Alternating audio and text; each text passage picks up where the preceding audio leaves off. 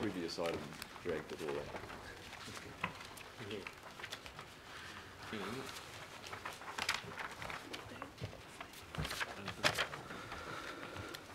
Community loans, Lee. Community loans and loan guarantees.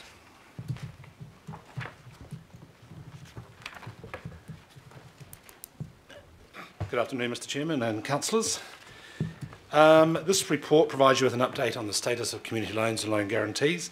It follows a report which I prepared for the committee in September of last year, where you asked me to report back on all of the loans and guarantees that the council was administering.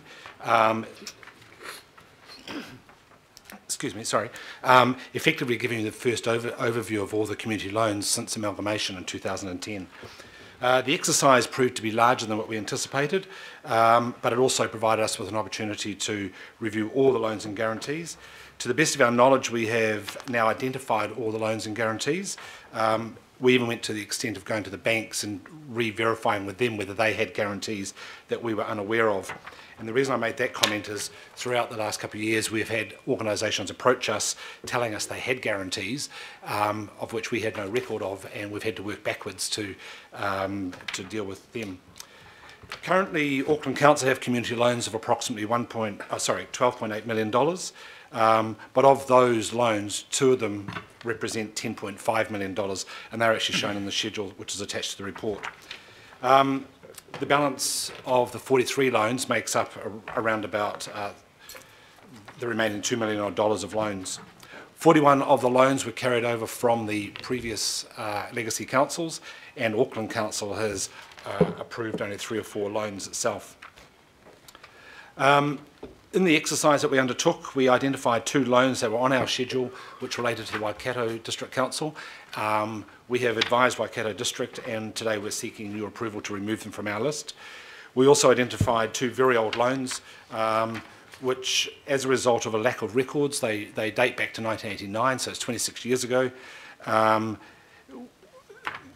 We have over the years impaired these or effectively written them off out of the council's accounts, and we're recommending today that they are basically irrecoverable and should be written off. They represent a very small amount in the scheme of things, $6,000 and $18,000. Loan guarantees, these are provided to community groups who borrow money from banks that are on council land. As the report notes, council land is not available to be mortgaged or charged, so therefore the groups seek council approval to guarantee the loans to the bank. There are currently only 6 of these loan guarantees at the moment. 4 of these were carried over from the previous legacy councils. Two of them have been new or renewed.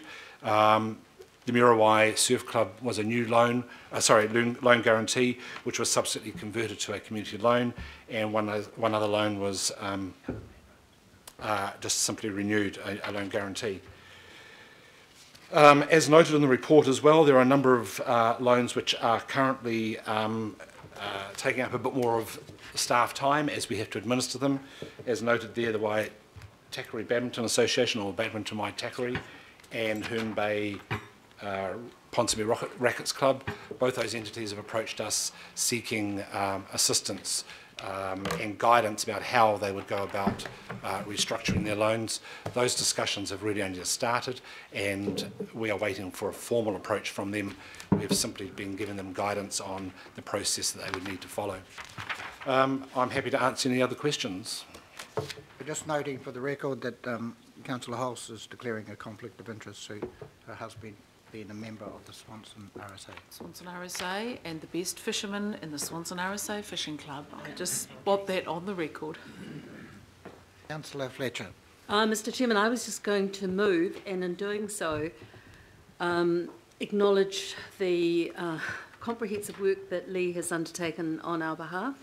I realise how much actually the understory on this is huge, and I don't know that it's going to be terribly productive to get into too much detail, but I do really appreciate having finally a credible summary of these loans. So well done, Lee. That's a very useful piece of work, and from having worked with you in the past, I think we've made recommendations about trying to push it as far as you can, I'm happy to take them. Thanks. Thank you. Can we have Councillor Penrose? Yeah, like Councillor Fletcher, Mr Chair, I was happy to second it, and as Councillor Fletcher's mentioned, good work, Lee. Thank you. I have myself down as a question. I'm unhappy that the Waterhole Swimming Club is not sitting in D. That has been an ongoing sore, and I noticed they are in arrears, and it says reporting separately, but that has been just ongoing for a very long time, and it is a business that's operating there, and I believe it's possibly the business that owns the money. Would you like me to comment, Mr Chairman? Thank you. Yes, the loan actually was approved by, going back a long time, the Waitemata City Council in June 1989, when the council took over a loan from the BNZ Bank at the time. The council holds a security over the company, as well as some guarantees from the individual company directors. The original loan was $150,000, and it's currently $40,000. The $40,000 is effectively, as you say, all in arrears. However, over the many years, there have been lots of arrangements, agreements with the former Waitakere City Council, as well as our own internal Auckland Council Credit Control Department about making the payments, which has effectively avoided any direct recovery action. The lease for the site is actually up for renewal in October of this year, and we are currently investigating whether the repayment arrangements impact on the right to renew the lease, and whether that then gives the Waitakere Rangers local board a bit more flexibility of going forward, because the business is seeking a renewal of that lease. Notwithstanding, the repayment of the loan in full as part of those discussions is certainly right to the fore, and we will be pushing that matter. So that's where we're at the moment with Waterhole. Councillor Cooper, you're next. Are you happy with that, by the way? Anyway. No, you tell me what I'm going to say. First of all, item 35 is what I want to talk about. No, paragraph 35. Waitakere Badminton Association, that was one of the loans, which was a Hillary Commission loan. Part of that, a chunk of it was a Hillary Commission loan, and we were going to, as Waitakere City Council, we're going to have that written off with the Hillary Commission fund, which I now understand is coming back to Parks to make a decision on, rather than Finance and Performance, which I don't understand why. But that is actually, we've had a lot of loans written off in Manukau because they use the Hillary Commission money. There's a pot of money, 1.2 million, that could deal with this once and for all. It is quite a large regional badminton club, and it's going to be holding the World Veterans Champs next year. It's quite vital to the region for badminton, but it just keeps going under the radar. So, I mean, I think that we need to seriously consider using part of that Hillary Commission money to sort out this debt, because this was going to happen over 5 years ago, and ATA said we could not use the money for that or do anything, but Manukau just went ahead and did it anyway. And so there's some inequities there around how the legacy councils were allowed to treat their loans as they were going out. So I'd really request that be put in the mix when this goes to Parks, but I actually want to understand, Mr Chairman, why a decision about a big chunk of money like that is coming to Finance and Performance and going to Parks, where it is not a committee of the whole. So that's one question, and the other just is to note, Waitakere Rangers local board is not the overseeing local board for the badminton Waitakere. It's in Massey. It should be Henderson Massey local board, please.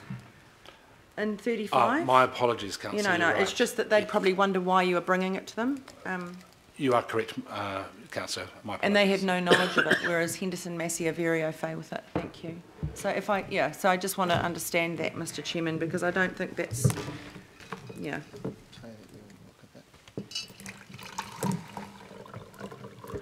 Yes,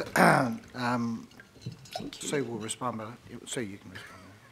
Thank you, Mr Chair. Councillor Cooper, I do not have the historical knowledge of the Hillary Commission monies that you refer to, but I'm happy to look into that for you. I think several of us have been talking about it for quite a few years, but anyway, got it through audit and risk anyway. But I would like, it would be really good if we could all get to have a say on it, not just the Parks Committee, please.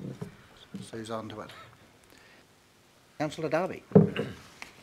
Thanks, Chair. I mean, this is good to see. I have to say there's I think there's almost a complete absence of former North Shore City Council entities there because we tidied it up before amalgamation. We did try. And it disappoints me to see loans like the Swanson RSA loan. It's not a loan, it's a grant. There's no requirement to pay it back. No requirement for the loan to be repaid, no interest payable. That's not a loan, that's a grant. And former councils all got up to this sort of mischief, bowing to that sort of parochial demand of communities, couldn't resist. Really bad financial practice, and I hope that this council never shows those colours. It's an absolute shocker when you look at some of those examples, and that's just one.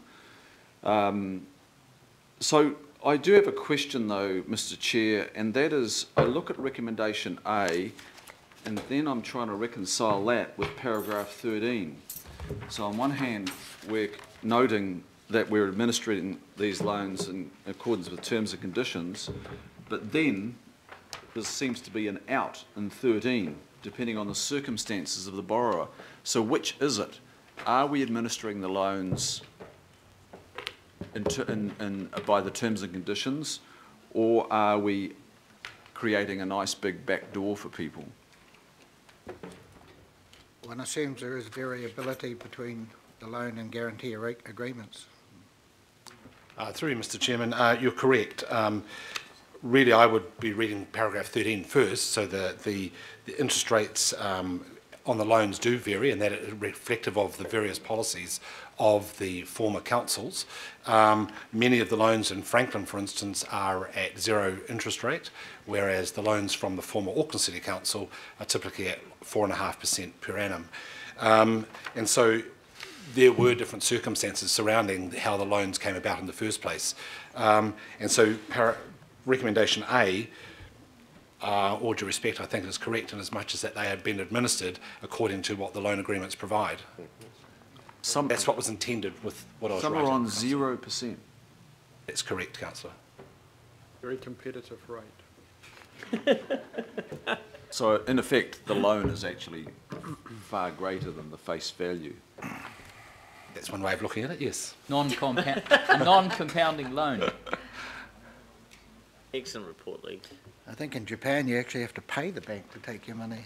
It's almost that bad. So we have Councillor Watson. Yeah, thanks. This information is helpful, and I've used particularly in some of the items that come up. I mean, I think, for instance, the Eden Park Trust Board there, some of the figures that have been getting bandied around at previous meetings really not correct, because the council is a guarantor for the 40 million and just a direct loan of 6.54 million to them. And just on that, my question goes to, they've got a principal holiday. We've maybe been told this before, but I can't recall. Is there any time scale involved in that, or is it just a see how you go, boys type of arrangement? Through you, Mr Chairman, there is a time frame.